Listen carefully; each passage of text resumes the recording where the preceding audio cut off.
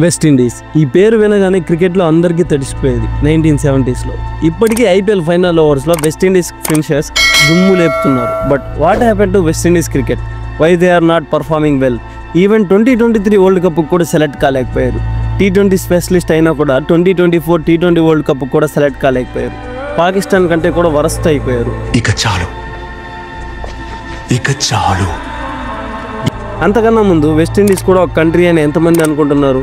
చిన్నప్పటి నుంచి నేను అదే అనుకునేవాడిని. కానీ group of islands, 13 independent countries along with many dependencies and territories. మొత్తం 7,000 islands including Cuba, Jamaica, Dominica లాంటి 10 ఇండిపెండెంట్ నేషన్స్ ఉంటాయి. ప్రతి నేషన్కి తన own government, own flag, own passport ఉంటాయి. మరి క్రికెట్లో ఎలా వెస్టిండీస్ అనే ఒక టీం ప్లే చేస్తున్నారు? 1950s నుంచి కరేబియన్ ఐలాండ్స్ డిసైడ్ అయ్యాయి, మనం ఇండివిజువల్గా ప్లే చేస్తే వరల్డ్లో కంప్లీట్ చేయలేము అని. కానీ మనం యూనిటీతో కలిసి ఒక టీమ్గా ప్లే చేస్తే వరల్డ్ని షాక్ చేయగలము అని. అప్పుడే West Indies cricket team birth start అయింది. ఈ యునైటెడ్ టీం వరల్డ్ క్రికెట్లో 1970s, 1980s మధ్య ఇన్విన్సిబుల్ ఫోర్స్గా మారింది.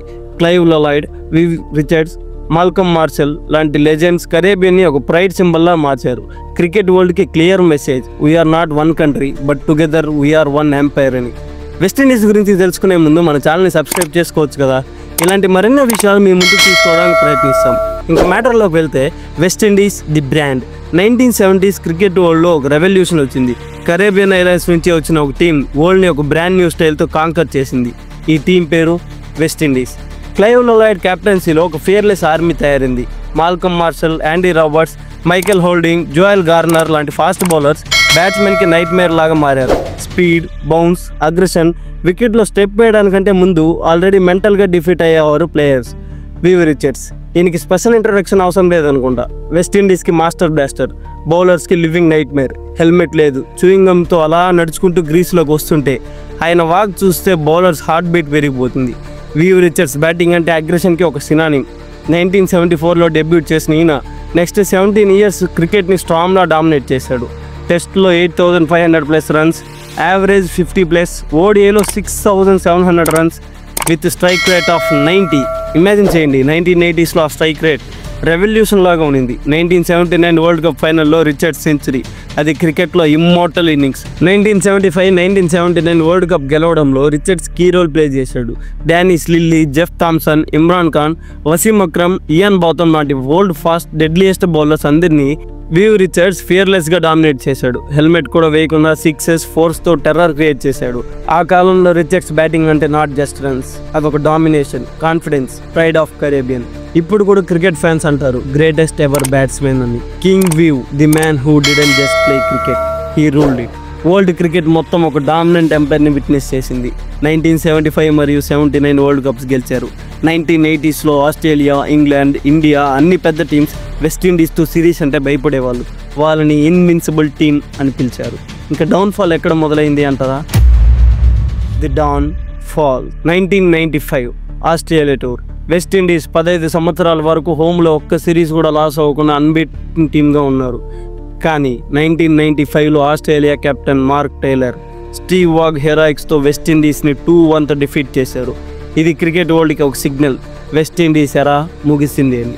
సీనియర్ లెజెండ్స్ రిటైర్ అయ్యారు, కానీ రీప్లేస్మెంట్ సిస్టమ్ స్ట్రాంగ్గా లేదు. కరేబియన్ ఐలాండ్స్ మధ్య యూనిటీ స్లోగా చెడిపోయింది. ఇంటర్నల్ పాలిటిక్స్, క్రికెట్ బోర్డులో కరప్షన్, ప్లేయర్ బోర్డ్ ఫైట్స్ అన్నీ కలిసి టీంకి స్ట్రెంత్ తగ్గించాయి. దానికి తోడు the spark 2005 India tour boycott. 2005లో India tour crucial. India TV market వల్ల కరేబియన్కి బిగ్ మనీ ఛాన్స్ ఉంది. కానీ వెస్టిండీస్ క్రికెట్ బోర్డ్ ప్లేయర్స్తో స్పాన్సర్షిప్ డీల్ క్లాష్ వల్ల ఫైట్ స్టార్ట్ చేశారు. డిజిసెల్ అనే స్పాన్సర్ బోర్డ్తో డీల్ చేసింది West Indies cricket board. Players already different personal ఎండార్స్మెంట్కి టైఅప్ అయి ఉన్నారు.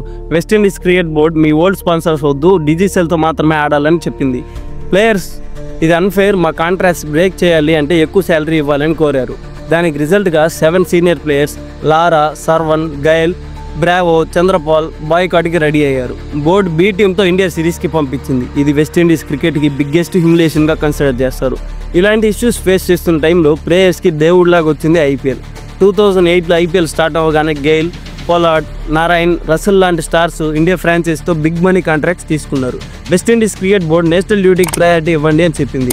ప్లేయర్స్ మీ కాంట్రాక్ట్స్లో లోపే ఉంది, ఫ్రాంచైజ్లో మాకు మనీ ఎక్కువ వస్తుంది, సో మా లైఫ్ సెట్ అవుతుంది అని చెప్పారు.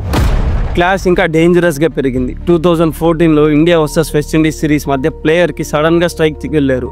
Reason, West Indies cricket board player salary 75% cut చేసింది. ఇండియా టూర్ని అబాండన్ చేసిన వాళ్ళకి BCCI పెద్ద ఫైన్ వేసింది, 42 మిలియన్ డ్యామేజ్. ఇది వెస్టిండీస్ క్రికెట్కి ఇంటర్నేషనల్ షేమ్ క్రియేట్ చేసింది.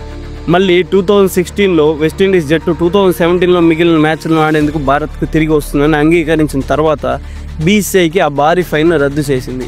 ఇంకా ఫైనల్గా IPL డివిజన్ ఇన్సైడ్ టీమ్. ఒక గ్రూప్ IPL స్టార్స్ లాగా రిచ్ అయిపోయారు, పాపులర్ అయిపోయారు. ఇంకో గ్రూప్ బోర్డుకి లాయల్గా ఉంటూ చాలా లో పేస్తో ప్లేయర్స్ ఆడుతూనే ఉన్నారు. డ్రెస్సింగ్ రూమ్లో యూనిటీ బ్రేక్ అయింది. ఇంకా చెప్పాలంటే కల్చరల్ షిఫ్ట్. కరేబియన్లో యూత్ కూడా T20 style batting and bowling మీద ఫోకస్ చేశారు. Long format, patience, discipline vanish అయింది. Result, West Indies world most dangerous team అయ్యి 2012, 16 T20 వరల్డ్ కప్స్ విన్నర్ అయ్యారు. బట్ టెస్ట్ అండ్ ODIలో కంప్లీట్గా కొలాప్స్ అయ్యారు. కంక్లూజన్, ఒక టైంలో వరల్డ్ క్రికెట్ని డామినేట్ చేసిన బ్రాండ్ ఇప్పుడు క్వాలిఫికేషన్ కూడా ఫైట్ చేస్తుంది. ఇది ఒక పెయిన్ఫుల్ రిమైండర్. టాలెంట్ మాత్రమే సరిపోదు, యూనిటీ, విజన్, లీడర్షిప్ లేకపోతే గ్రేట్ ఎంపైర్ కూడా కొలాప్స్ అవుతుంది అని. వెస్టిండీస్ డౌన్ఫాల్ అనేది క్రికెట్ హిస్టరీలో ఒక బిగ్గెస్ట్ ట్రాజడీ. ఈ వీడియో మీకు నచ్చిందనే అనుకుంటున్నా. సో ఈ వీడియోకి లైక్ చేసి మన ఛానల్ సబ్స్క్రైబ్ చేసుకొని క్రికెట్ గ్రూప్స్లో ఇంకా క్రికెట్ పిచ్ వాళ్ళకి ఈ వీడియోని షేర్ చేయండి. నెక్స్ట్ వీడియోలో కలుసుకుందాం. అంతవరకు టాటా.